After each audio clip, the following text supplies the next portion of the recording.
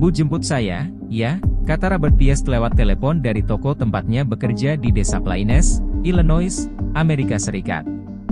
Ketika Nyonya Piest tiba di toko yang menjual obat-obatan, koran, rokok, dan sebagainya itu, Robert yang berumur 15 tahun meminta ibunya masuk dan menunggu sebentar di dalam. Saya ingin berbicara dahulu dengan seorang kontraktor yang menawarkan pekerjaan selama musim panas, katanya. Saat itu Robert cuma mendapat upah $2.85 per jam. Lumayan. Upahnya lebih tinggi daripada yang saya dapat sekarang. Robert keluar meninggalkan ibunya di toko. Lama dia tidak kembali, sampai ibunya tidak sabar. Nyonya Piest menyusul keluar. Ternyata Robert tidak ada. Setelah mencari-cari tanpa hasil, Nyonya Piest pulang dengan khawatir. Dia lantas menelepon polisi.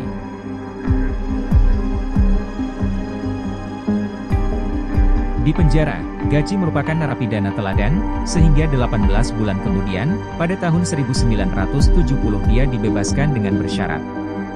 Dengan seizin polisi dia menetap di Desa Plaines, pinggiran kota Chicago dan segera menikah lagi. Ketahuan pula bahwa tidak lama setelah pindah. Pada tanggal 12 Februari 1971 dia didakwa mencoba memerkosa seorang anak laki-laki di Chicago. Dia tidak jadi diadili karena korbannya, seorang homoseksual, tidak muncul di pengadilan. Masalah itu bisa ditutupinya dengan baik. Bahkan kemudian kebebasan bersyaratnya diubah menjadi kebebasan penuh.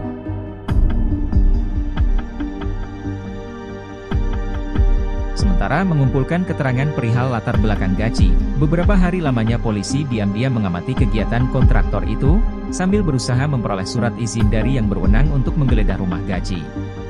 Ketika izin itu didapat, Detektif Joseph Kozinczak mendatangi rumah peternakan milik sang kontraktor, di West Sumerdale Avenue, Des Plaines.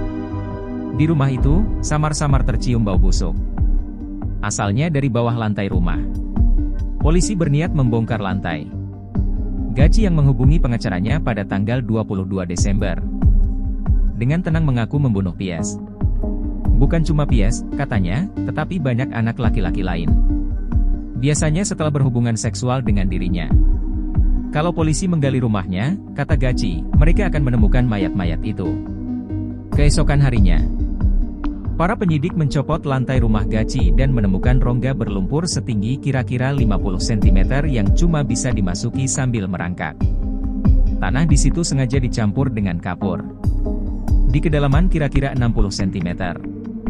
Polisi menemukan sesosok mayat yang sudah membusuk dan bagian-bagian tubuh dua mayat lain. Ketika ditanya di mana lagi dia mengubur korban-korbannya, Gachi membawa polisi ke garasinya.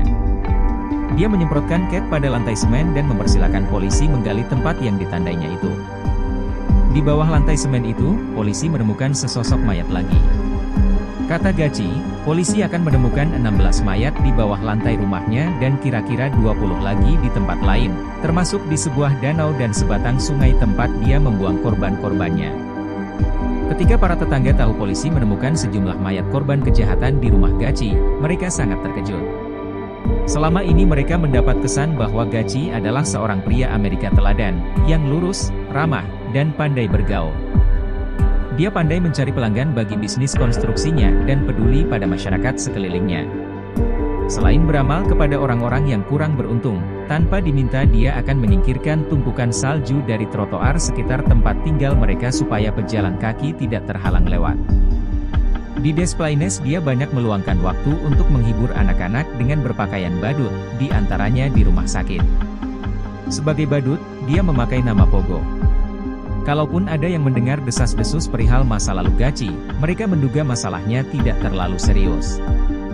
Gachi juga menyelenggarakan pesta-pesta meriah untuk para tetangga dan teman-teman. Hasil penyidikan polisi kemudian mengungkapkan bahwa pria berumur 36 tahun itu ternyata mempergunakan keterampilannya sebagai badut untuk mengecoh korban-korbannya. Dia akan berkata kepada anak laki-laki yang diincarnya, "Ayo, aku ajari cara melepaskan diri dari borgolan." Begitu anak itu sudah terborgol, dia akan menjerat leher anak itu dari belakang dengan seutas tali. Kadang-kadang dia mempergunakan papan untuk menekan leher si anak sebelum memerkosa mereka. Dokter ahli pemeriksa mayat dari Cook County, Robert Stein, tiba di rumah Gachi pagi hari setelah polisi menemukan 4 mayat pertama. Dokter yang sudah berpengalaman menangani korban di jalan-jalan kota Chicago yang rawan itu merasa penemuan di rumah Gachi paling mengerikan. Dengan wajah tegang, dia turun lewat pintu jeblak di dasar sebuah lemari di rumah Gachi, lalu beringsut merangkak masuk rongga sempit. Lampu senternya menerangi tanah yang baru digali dan genangan air. 2 lengan manusia terlihat mencuat dari lumpur. Keluar dari sana, Stein berkata kepada para wartawan bahwa lubang itu harus digali dengan hati-hati, sehati-hati para arkeolog menggali situs purbakala. Kami akan mengajak antropologi untuk memeriksa bukti-bukti. Ini pekerjaan yang memerlukan penanganan secara halus, katanya. Selain Charles Warren, antropolog dari kampus Chicago Circle, Universitas of Illinois, diikut-sertakan pula ahli forensik odontologi Edward J. Pavlik untuk memeriksa gigi dan rahang korban.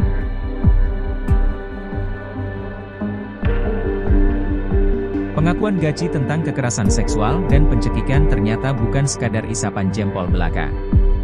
Di koran-koran muncul kisah para korban kejahatan seksualnya yang berhasil lolos dari maut. Menurut Jeffrey Ringal, tanggal 22 Mei 1978, tidak lama setelah pulang berlibur dari Florida, dia pergi ke Newtown, yaitu pusat bar dan diskotek yang populer di Chicago. Ketika sedang berjalan, sebuah mobil hitam menghadang langkahnya. Pengemudinya yang bertubuh besar menjengukkan kepala keluar jendela dan memuji kulit Ringal yang kecoklatan akibat cahaya matahari.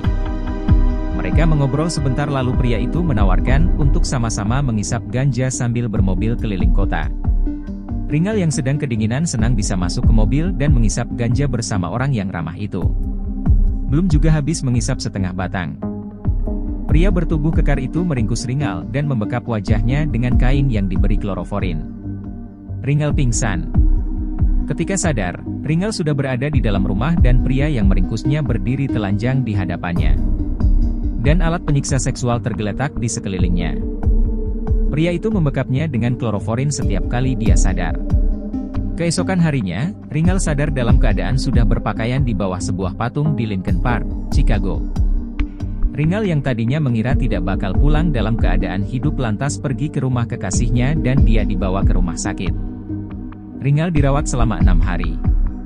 Kulitnya lecet-lecet dan menunjukkan bekas disundut.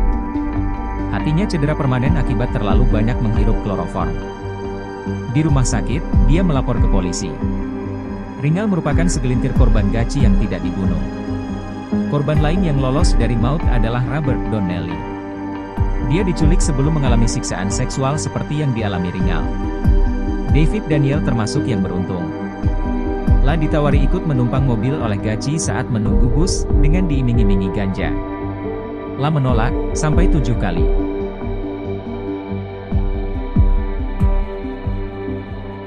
Sampai tanggal 29 Desember 1978, polisi menemukan 28 jenazah di rumah Gachi, di tempat-tempat yang hampir semua sesuai dengan petunjuk kontraktor itu. Jumlah ini melampaui jumlah korban pembunuh berantai manapun dalam sejarah Amerika Serikat dan ternyata masih bertambah. Di rumah Gachi, polisi cuma menemukan barang-barang milik 2 dari sekian banyak korbannya. Milik korban lain tidak ditemukan, sehingga sulit mengidentifikasi mereka. Mungkin mereka anak laki-laki yang kabur dari rumah atau begitu seringnya menghilang, sehingga tidak dicari lagi oleh orang tuanya. Menurut pengakuan Gachi, dia sering berburu korban di jalan-jalan kota Chicago, yang biasa menjadi pangkalan pelacur dan anak-anak gelandangan. Kadang-kadang dia berlagak sebagai polisi, memperlihatkan lencana dan menodongkan pistol untuk menahan korbannya. Sebagian korban diundang ke rumahnya untuk minum-minum, main biliar, atau belajar sulap. Ada pula yang diiming-imingi pekerjaan di perusahaannya. Mereka diundang minum-minum sampai mabuk, lalu dilumpuhkan dengan kloroform sebelum diikat di kursi. Sebagian korban disumpal mulutnya dengan pakaian dalam. Mereka cuma makhluk menyimpang yang tidak berharga dan pungs, dalihnya. Mengubur mayat di rongga lantai menimbulkan masalah bau. Ketika belum bercerai, kepada istri keduanya, Gachi berdalih, "Wah, ini gara-gara saluran pembuangan kotoran dari WC tidak lancar nih." Dia cuma bisa menjalankan kejahatannya saat istrinya keluar kota atau tidak di rumah. Sejak pernikahannya bubar Maret 1976, Gachi jadi lebih leluasa membunuh. Setelah tidak ada tempat mengubur lagi di rumahnya, dia membuang mayat korbannya ke sungai. Bagian forensik mengalami banyak kesulitan dalam mengidentifikasi para korban. Polisi memanggil para orang tua yang pernah melaporkan anaknya hilang, mengirimkan foto sinar X dan peta gigi para korban. Namun, sampai 30 Desember 1978, cuma sekitar 10 keluarga yang menghubungi polisi.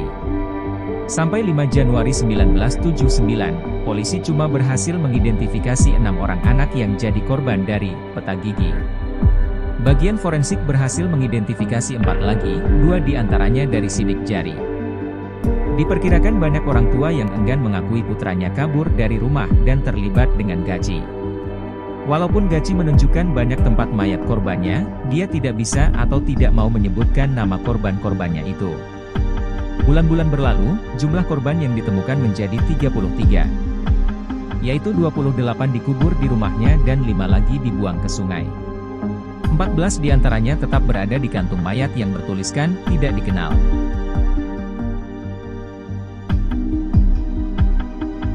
Beberapa bulan setelah mayat-mayat pertama ditemukan, antropolog Charles Warren digantikan oleh Clay Snow, seorang profesor dari Oklahoma. Snow didampingi ahli radiologi John Fitzpatrick yang masih muda tetapi bisa diandalkan. Pekerjaan mereka berdua lebih sulit. Ibaratnya, mereka harus menyelesaikan teka-teki yang ditinggalkan pendahulunya yang sudah angkat tangan. Selain itu, masa itu belum dipakai tes dan untuk mengidentifikasi korban. Mula-mula Fitzpatrick meneliti foto-foto sinar X kiriman keluarga korban dan polisi seluruh AS. Lah melaporkan kepada Snow hal-hal yang tampaknya menunjukkan persamaan dengan kerangka di kamar jenazah. Sementara itu Snow memulai tugasnya dengan meneliti catatan perihal apa yang ditemukan pada mayat, untuk mendapat gambaran perihal kehidupan korban. Untuk menentukan umur, Snow meneliti tengkorak, rahang, dan gigi geligi korban. Lah menguatkan penemuan sebelumnya bahwa semua korban laki-laki. Umur para korban yang termuda 14 tahun dan yang tertua awal 20-an. Semua pria kulit putih. Sebagian korban dikubur bertumpuk sehingga tulang tercampur. Snow harus teliti memisahkannya. Bulan November 1979 mereka menuai hasil jerih payah mereka. Pada daftar laporan orang hilang, terdapat nama David Paul Talsma. Saat dilaporkan lenyap 9 Desember 1977, dia berumur 19 tahun. Menurut keluarganya, Talsma pernah menjadi marinir, tingginya 180 cm. Wajahnya tirus. Beberapa tahun sebelum dilaporkan hilang, tulang lengan kirinya pernah patah di bagian atas. Snow jelas melihat bekas patahan tulang di lengan kiri bagian atas pada kerangka No. 1378, yaitu mayat ke-17 yang digali di rumah Gachi. Menurut keluarga Talsma, putra mereka pernah mengalami cedera tengkorak dan dokter memasang pelat logam pada tengkoraknya. Namun, para dokter tidak menemukan pelat logam pada tengkorak mayat ke-17 itu. Bekas pelat logam pun tidak ada. Jadi, Talsma sempat dikeluarkan dari daftar. Namun, Snow memeriksa kembali bekas-bekas cedera pada tengkorak itu dengan saksama. Sayangnya keluarga Talsma cuma memiliki foto sinar X dada dan perut putra mereka. Mereka tak memiliki foto sinar X tengkoraknya. Untung polisi menemukan rumah sakit yang pernah merawat cedera tengkorak Talsma di Kentucky. Ternyata kepala Talsma memang tidak pernah dipasangi pelat logam. Keluarganya salah. Snow dan Fitzpatrick lantas mengatur tulang belulang No. 1378 secara anatomis untuk difoto dengan sinar X. Lalu dibandingkan secara saksama dengan foto-foto dari keluarga dan rumah sakit. Hasilnya cocok. Sampai 1979, kedua ilmuwan itu berhasil mengidentifikasi 5 korban, sehingga jumlah korban yang dikenali mencapai 24. 9 lagi yang sudah sangat rusak tidak teridentifikasi. Snow masih penasaran. Lah meminta bantuan seorang ahli rekonstruksi wajah, Betty Pat Gatliff. Foto-foto hasil rekonstruksi wajah itu disebarkan ke media massa. Hasilnya lumayan, seorang korban lagi bisa dikenali. 8 korban sisanya terpaksa dimakamkan sebagai John Doe. Mengapa John Wayne Gachi bisa tega melakukan pembunuhan berantai seperti itu? 42 buku ditulis tentangnya sebelum dia dieksekusi. Masih ada lagi sandiwara, film, 5.000 artikel, DSB. Namun, tidak ada yang bisa mengungkapkan dengan gamblang penyebab kelainannya. Diketahui, dia lahir pada 17 Maret 1942 di Chicago, Illinois. Ayahnya, John Samuel Gachi, seorang pemabuk yang sering memukuli anaknya sejak kecil dan juga mengata-ngatai putranya Banci. Gachi dekat dengan ibunya, Marian Elaine Robinson, yang sempat menyaksikan putranya diseret ke pengadilan sebagai pembunuh berantai, karena ibu malang itu baru meninggal tahun 1989. Rumah sang ibu sempat digali polisi untuk memastikan tidak ada mayat dititipkan di sana. Ketika Gachi berumur 11 tahun, dahinya pernah terhajar alat pemukul bola. Pukulan itu menimbulkan gumpalan darah di otaknya, yang baru diketahui pada saat Gachi berumur 16 tahun, yaitu ketika dia sering pingsan. Gumpalan darah itu berhasil dicairkan dengan obat. Gachi pernah tinggal di Las Vegas lalu kembali ke Illinois. Setelah belajar bisnis di college dia mulai menjadi salesman sepatu. Tahun 1964 dia menikah untuk pertama kalinya lalu pindah ke Waterloo, Iowa, untuk mengelola sebuah restoran KFC milik keluarga istrinya. Disinilah dia pertama kali tersandung perkara perkosaan. Seperti kita ketahui, perkara itu mengakibatkan dia mendekam 18 bulan di penjara. Setelah bercerai dari istrinya yang pertama, Gachi kembali ke Illinois. Di sini tidak ada yang tahu dia pernah dipenjarakan di Iowa. Istrinya yang baru pun tidak tahu.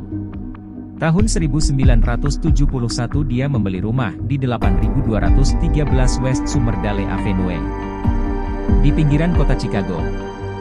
Gachi menjadi pendukung gigih kegiatan Partai Demokrat setempat dan pernah difoto bersama calon ibu negara Rosalind Carter. Ketika Gachi ditangkap, foto itu mempermalukan dinas rahasia AS. Soalnya, di foto itu jelas kelihatan Gachi memakai lencana S. Artinya, dinas rahasia memberi lencana itu kepadanya karena dia dijamin tidak berbahaya.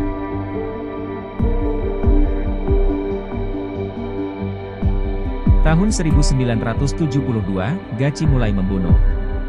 Korbannya yang pertama adalah Timothy S1MCH Pronunciation Choi yang berumur 18 tahun.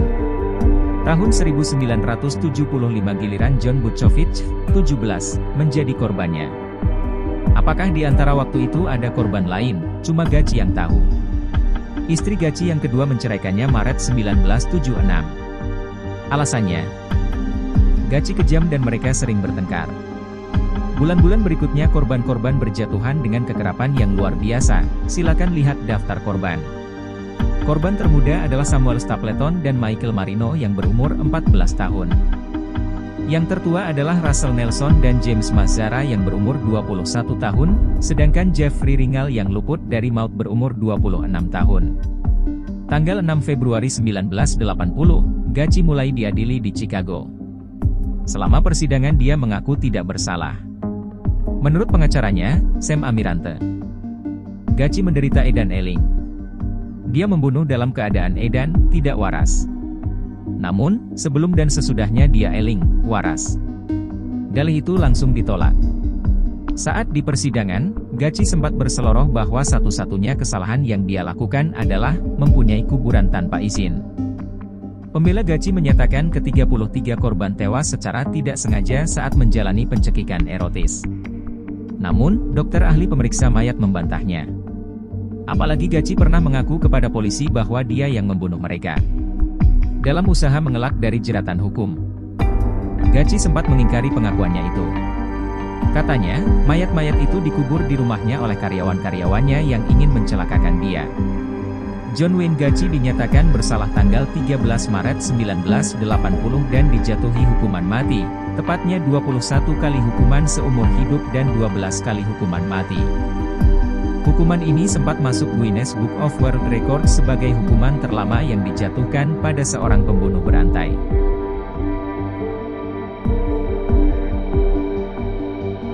Tanggal 10 Mei 1994, Gachi dieksekusi di Stateville Correctional Center di Joliet, Illinois, dengan disuntik racun. Aliran racunnya sempat macet, sehingga peralatan suntik harus diganti. Makanan terakhirnya berupa selusin udang goreng, 1 kotak ayam goreng resep asli dari KFC, hampir 0,5 kg stroberi segar, dan kentang goreng. Eksekusinya menjadi berita hangat di koran-koran. Banyak orang berkumpul untuk merayakan hukuman mati Gaci di luar penjara. Konon Gaci tidak menunjukkan tanda-tanda penyesalan. Kepada pembelanya yang mengunjunginya di sel menjelang eksekusi, dia berkata, "Membunuh saya tidak akan menghidupkan kembali seorang pun." Saat seorang sipir bertanya kepadanya, "Apa pesan terakhirnya sebelum dieksekusi?" Gaci menjawab, "Kamu boleh mencium pantat saya." Saat di penjara, Gaci belajar melukis dengan cat minyak. Setelah dia meninggal, lukisan-lukisannya dilelang. Yang termurah mencapai harga $195 dan yang termahal $9.500. Lukisan-lukisannya ada yang dipakai sebagai latar belakang sampul album grup musik keras. Tetapi ada pula yang sengaja dibakar dalam upacara yang dihadiri anggota keluarga korban. Pembuat film John Waters memiliki sebuah lukisan Gaci, yang digantungnya di kamar tidur tamu di rumahnya. Supaya tamu tidak betah menginap terlalu lama, katanya.